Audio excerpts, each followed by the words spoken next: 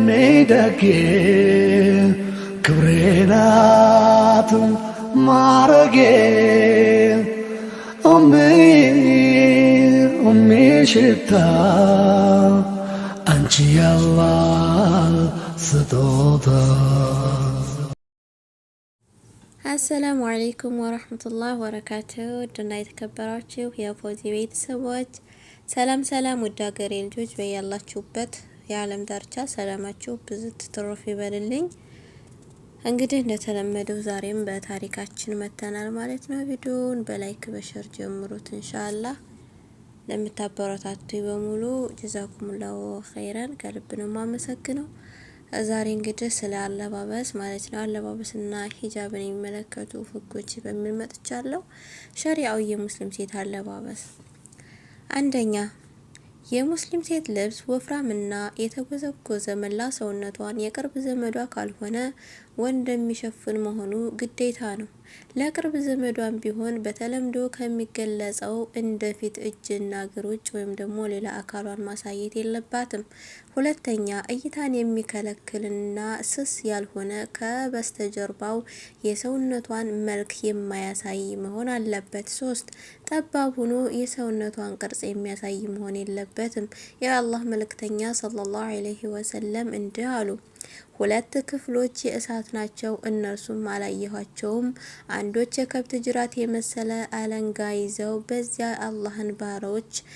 የአላህን ባሮች የሚገርፉ ሲሆኑ፣ ሌሎቹ ደግሞ የለባሽ እርዘኛ ተዘንባዮችና አዘንባዮች ራሳቸውን እንደ ከሳ ግመል ሻኛ የሆኑ በፍጹም ጀነት አይገቡም። አረ እንደውም ሽታዋንም አያገኙም። የጀነት ሽታ ከዚያ ወደዚያ ወይም ደግሞ ከረጅም ርቀት የሚገኝ ሆኖ ሳለ ሙስሊም ዘግበውታል። ሸይኹል ኢስላም ኢብኑ ተይሚያ መጅሙዑል ፈትዋ 22ኛው ጥርዝ ገጽ 146 ላይ እንዲህ ይላሉ፣ ካሲያቲን አርያት የሚለው የነብዩ ሰለላሁ ዐለይሂ ወሰለም ንግግር የማይሸፍኑትን ልብስ መልበስ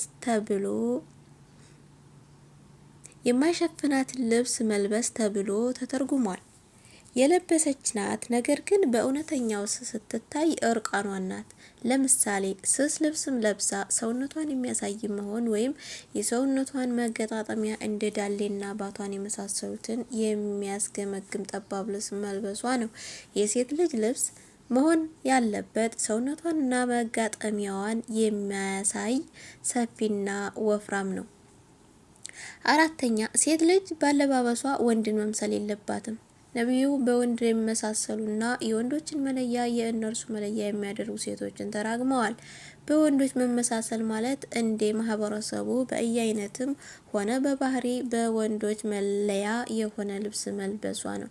ሸይኹል ኢስላም ኢብኑ ተይሚያ መጅሙዑል ፈትዋ 22ኛው ጥርዝ ገጽ 148 እስከ 149 እና ገጽ 155 ላይ እንዲህ ይላሉ፣ የወንዶችና የሴቶችን ልብስ መለያው ለአለባበሳቸው አብሮ የሚሄደው አለባበስ ነው። ይህም ሴቶችና ወንዶች ከታዘዙበት ጋር አብሮ የሚሄድ መሆን ነው። ሴት ልጅ አካሏን ግልጽ እንዳታደርግና እንዳትገለጥ ሂጃብ እንድታደርግና እንድትሸፋፈን የታዘዘች ናት።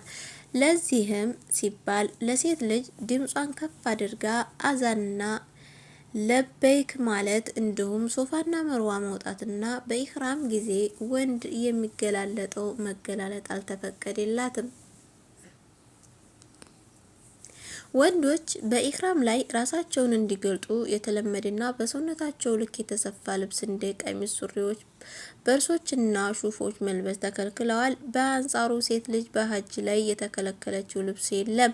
ምክንያቱም ሴት ልጅ እንድትሸፋፈን የታዘዘች ስለሆነ ከዚህ ተቃራኒ መስራት አይፈቀድላትም። ነገር ግን ኒቃብና ጓንት መልበስ አይፈቀድላትም። ምክንያቱም እነዚህ ልብሶች በሰውነቷ ልክ የተሰሩና እነሱም መጠቀም የሚያስገድዳት ነገር አለመኖሩ ነው። ነገር ግን ያልተሰፉ በሆኑ ልብስ በፊት እና እጆቿን ከወንዶች መሸፈን ይኖርባታል። በስተመጨረሻም ሸይኹ እንዲህ ይላሉ፣ ወንዶች ከሴቶች የሚለዩበት ልብስ መኖር የግድ በመሆኑ ግልጽ ሲሆንና የሴቶች ልብስ የተፈለገበት ዓላማ የሚሸፍንና የሚሰትር መሆኑ ሲታወቅ የዚህ ርዕስ ዋና መሰረቱ ግልጽ ይሆናል። አንድ ልብስ በአብዛኛው የወንዶች ከሆነ ሴት ልጅ እሱን ከመልበስ ትከለከላለች። በአንድ ልብስ ላይ የመሸፈን አቅሙ አናሳና የወንዶችን ልብስ የሚመስል ከሆነ ክልክልነቱ በሁለት መልኩ ነው። አንዱ ባለመሸፈኑ ሲሆን፣ ሁለተኛው ደግሞ የወንዶችን ልብስ መምሰሉ ነው። ሐቂቃውን አዋቂው አላህ ነው። 5 ልብሷ እይታን የሚስብ በላዩ ላይ ጌጥ ያለው መሆን የለበትም። በልብሷ ምክንያት ለእይታ የተጋለጠች እንዳትሆን። ሂጃብ ማለት ትርጉሙ የቅርብ ዘመዶቿ ካልሆኑ ወንዶች ሰውነቷን መሸፈን ማለት ነው። አላህ እንዲህ ይላል፣ ጌታቸውንም ከእርሷ ግልጽ ከሆነው በስተቀር አይገለጡ፣ ጉፋታዎቻቸውን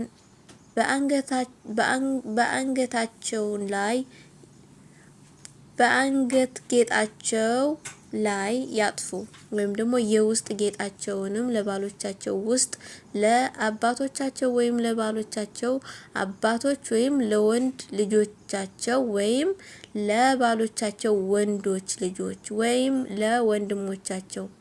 አኑር ቁጥር 31። በሌላ የቁርአን አንቀጽ አላህ እንዲህ ይላል፣ እቃንም ወይም ደግሞ ለመዋስ በጠየቃችኋቸው ጊዜ ከመጋረጃ ኋላ ሆናችሁ ጠይቋቸው። አልአህዛብ ቁጥር 53።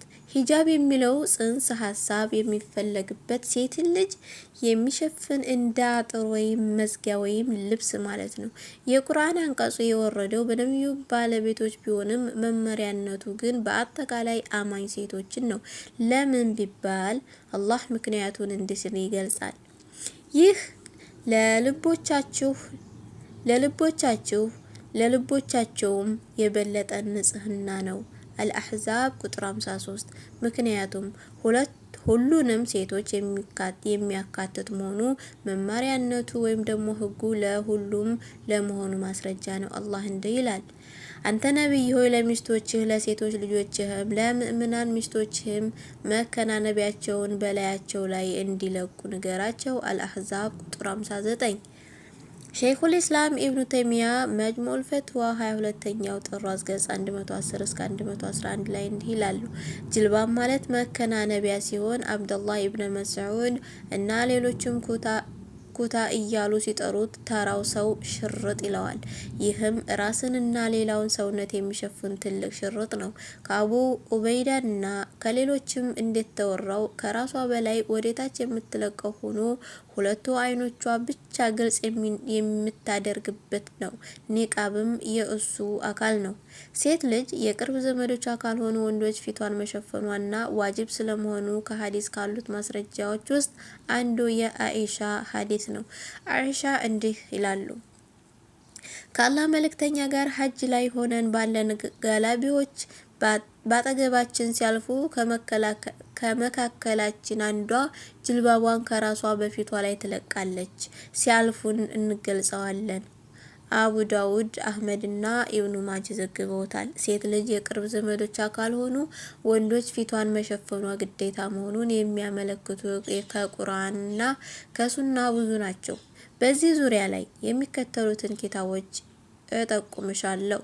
ሪሳላት አልሂጃብ ወልባስ ፊ ሰላህ የሸይኹል ኢስላም ኢብኑ ተይሚያ፣ ሪሳቱል ሂጃብ የሸይኹል አብዱልአዚዝ አብዱላህ ኢብኑ አባስ፣ ሪሳላቱ አሶሪማል መሽሁር አለል መፍቱኒና ቢሱፍራህ የሸይኽ ሐሙድ ኢብኑ አብዱላህ አትዋይጅሪ፣ ሪሳላቱል ሂጃብ የሸይኽ መሐመድ ኢብኑ ሷሊህ ኡሰይሚን።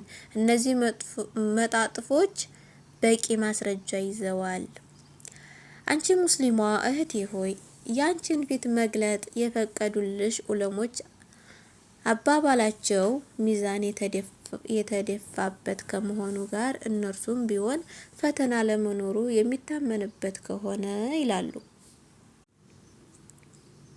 ፈተና ደግሞ የሚታመን አይደለም። በተለይ በዚህ ዘመን የዲን መካሪ የሆኑ ወንዶች እና ሴቶች ባነሱበት ሀያ ወይም ደግሞ ሰውን ማክበር ባነሰበት ወደ ፊትና የሚጣሩ በበዙበት ሴቶች ፈተና የሚጣሩ በበዙበት ሴቶችም የተለያዩ የመዋቢያ አይነቶችን ፊቶቻቸው ላይ መጠቀም የተካኑ መሆናቸው ወደ ፈተና ከሚጣሩ ነገሮች ጥቂቶቹ ናቸው። አንቺ ሙስሊም እህቴ ሆይ ከመገላለጥ ተጠንቀቂ፣ ወይም ደግሞ በአላህ ፍቃድ ከፈተና ጠባቂሽ የሆነውን ሂጃብሽን ያዢ። በንግግራቸው ግምት የሚሰጣቸው የጥንት የሚሆን የአሁኑ አሊሞች ለእነዚህ ተፈታኝ ለሆኑ ሴቶች የወደቁበትን የፈቀደ የለም። ሙስሊም ከሆኑ ሴቶች በኒቃብ ላይ የንፍቅናን ስራ የሚሰሩ አሉ። ይኸውም ሂጃብ አጥብቆ ከሚያዝበት ማህበረሰብ ውስጥ ሲሆኑ ሂጃብ ይለብሳሉ። ሂጃብ ከማይለብስበት ሀገር ሲሆን ሂጃብ ያወልቃሉ። አንዳንድ ሴቶች ህዝብ በብዛት የሚሰበሰብበት ቦታ ሲሆኑ የሚሸፈኑ አሉ። ነገር ግን አንዳንድ ቦታ ስትገባ ወይም ሐኪም ቤት ወይም አንዱን ጌጣጌጥ አንጣሪ ወይም አንዱን የሴቶች ልብስ የሚሰፋን ስታናግር ልክ ባሏ ጋር እንዳለች ፊቷንና እጆቿን ትገልጣለች። ይህን የምትሰሪ ሴት አላህን ፍሪ። ልክ ሂጃብ በሸሪዓ የተደነገገ ሳይሆን አንድ ሀገር ባህል በመቁጠር አንዳንድ ከውጭ ሀገር በአውሮፕላን ወደ ሳውዲ የሚመጡ ሴቶች ከአውሮፕላን ሲወርዱ አውሮፕላን ማረፊያ ውስጥ ነው ሂጃብ የሚለብሱት። ሙስሊም እህቴ ሆይ ሂጃብ የሰው ውሻ ከሆኑና የልብ በሽታ ካለባቸው ሰዎች የሚያመነጩት መርዛማ እይታ ይጠብቅሻል። ሂጃብሽን በጽናት ከያሽው የተቃጠለ ስሜትን ካንቺ ይነቅልልሻል። ሂጃብን ለምትዋጋ ወይም የሂጃብን ጉዳይ ቀለል አድርጋ ለምታይ አላማ አዘል ታጣሪ ቦታ አትስጪ። እርሷ ላንቺ የምትመኝልሽ ሸር ነው። አላህም እንዲህ ይላል፣ እነዚያም ፍላጎታቸውን የሚከተሉት ትልቅን መዘንበል እንድትዘነበሉ ይፈልጋሉ። ሱረቱል አኒሳ ቁጥር 27 ይላል። ያው እንግዲህ የሴት ልጅ አለባበስ ህጎች ናቸው። አላህ Subhanahu Wa Ta'ala በሂጃባችን በኒቃባችን የምንጸና ያድርገን ኢንሻአላህ። እንግዲህ በኒቃብ መዋብ ለራሱ እውነት ለመናገር ውበት አለው በራሱና አላህ ያጽናን ነው የምለው። እንግዲህ ሂጃብ የሚሰትር ነው፣ ሌላ ነገር አይደለም። ሂጃብና ኒቃብ መልበስ ደግሞ ማንኛውንም ነገር ማንኛውንም ስራ ማንኛውንም የሆነ ነገር አይከለክለንም። ያው ቀጥተኛውን መንገድ ይምራን ማለት ነው። አህባቢ ዛሬው ቪዲዮ ይሄን ይመስላል ማለት ነው። ለምታደርጉልኝ ድጋፍ ለምታበረታቱኝ ሁሉ ሽክራን ጀዛኩሙላሁ ኸይራን እላለሁኝ በድጋሚ ማለት ነው። በያለንበት አላህ Subhanahu Wa Ta'ala ይጠብቀን። ሰላምና ፍቅር፣ አንድነት፣ መተሳሰብና መተዛዘንን ለሀገራችን እያልኩኝ የዛሬው ቪዲዮ ይሄን ይመስላል ማለት ነው። ቀጣይ በሌላ ቪዲዮ እስከምንገናኝ መልካም ሁሉ ተመኘውላችሁ። ባላችሁበት ሰላማችሁ ይብዛልኝ። መልካም ቀን ከነምሽቱ ከናዳሩ። ሰላም አለይኩም ወራህመቱላሂ ወበረካቱ። ደጌ ክብሬናት ማረጌ ሽታ አንቺ ያላህ ስጦታ